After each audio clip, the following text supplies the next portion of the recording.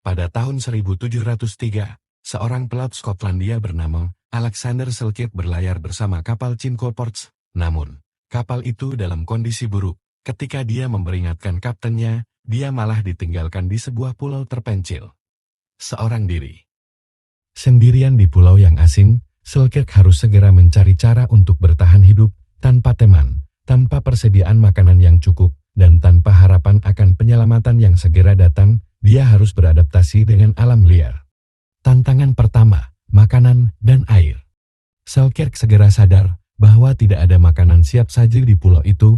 Ia mulai berburu kambing liar yang sebelumnya dibawa oleh pelaut Spanyol. Dengan hanya pistol dan pedang, ia mengejar dan menangkap kambing untuk dimakan. Selain itu, dia menemukan buah-buahan liar dan kerang laut di pantai sebagai sumber makanan tambahan.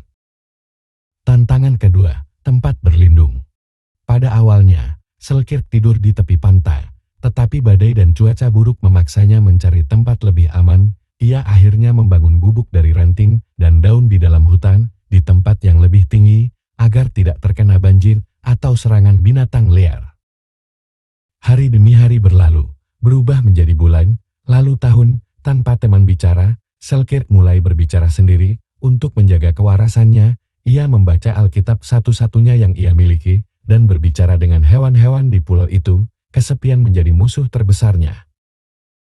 Selkirk sadar bahwa dia harus tetap sibuk agar tidak kehilangan kewarasannya. Dia membuat rutinitas harian, berburu di pagi hari, membangun peralatan sederhana di siang hari, dan membaca Alkitab di malam hari. Namun, ada masa-masa di mana ia hampir menyerah. Ia sering duduk di tebing, menatap laut luas, berharap ada kapal yang lewat dan menyelamatkannya. Suatu hari, Selkirk melihat layar di cakrawala. Harapan meluap di hatinya, tetapi ketika kapal semakin dekat, ia melihat sesuatu yang mengerikan. Kapal itu adalah kapal bajak laut Spanyol. Jika tertangkap, ia bisa dijadikan budak atau dibunuh.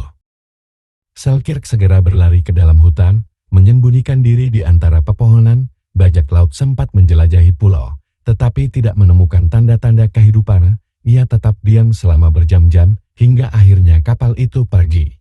Momen ini membuatnya semakin sadar bahwa meskipun ia ingin diselamatkan, tidak semua kapal adalah penyelamat.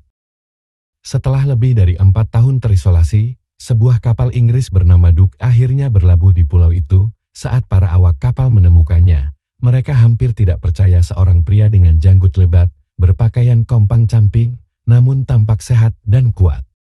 Kapten Wodis Rogers, yang memimpin kapal Duke, sangat terkesan dengan ketahanan Selkirk. Mereka membawanya ke kapal dan mengangkatnya menjadi navigator. Karena dia memiliki pengalaman luas di lautan, setelah bertahun-tahun sendirian, Selkirk akhirnya kembali ke peradaban.